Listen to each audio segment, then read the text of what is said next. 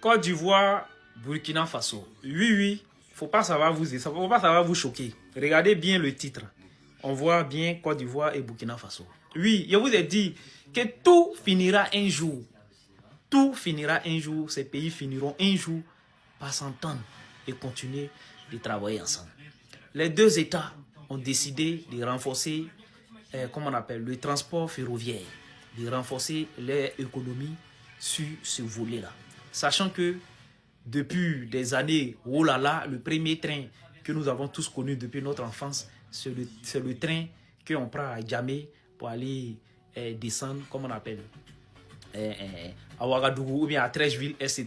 Donc, c'est ce transport ferroviaire-là que les deux États ont décidé de renforcer.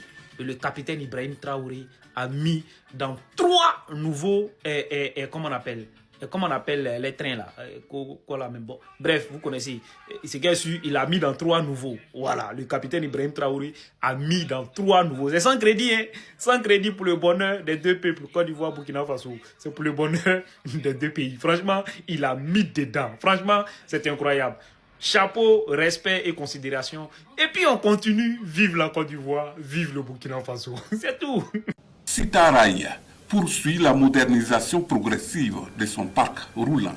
Mikailou Sidibé, ministre de la Construction de la Patrie et conducteur des trains d'un jour, lance ici officiellement la mise en circulation de 4 locomotives flambant neuves. Ces nouvelles machines de dernière génération sont dotées de systèmes de commande informatisés, de dispositifs de diagnostic embarqués et d'équipements de sécurité avancés pour la relance du transport ferroviaire.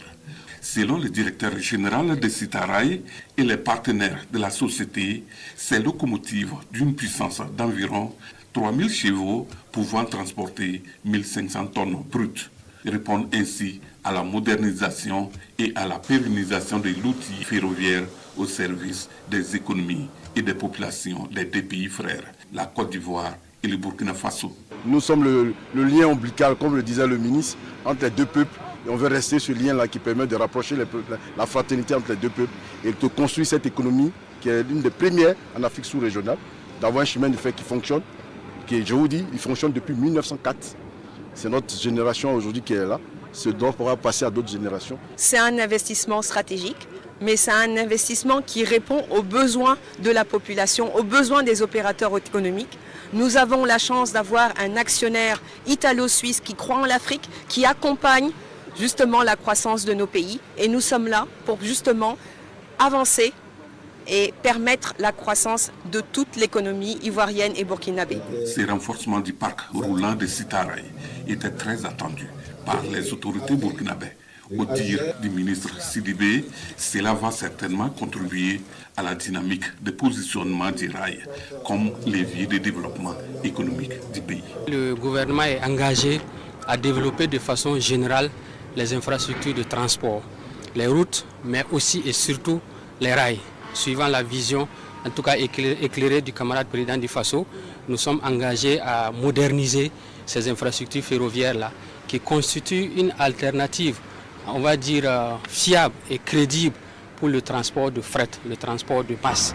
Comme vous savez, nous sommes un pays de l'Interland et donc la plupart des produits importés arrivent, en tout cas à travers ces corridors de transport, que ce soit la route, mais le ferroviaire. L'acquisition de ces nouvelles locomotives est un symbole fort pour le rayonnement des activités ferroviaires entre les deux pays.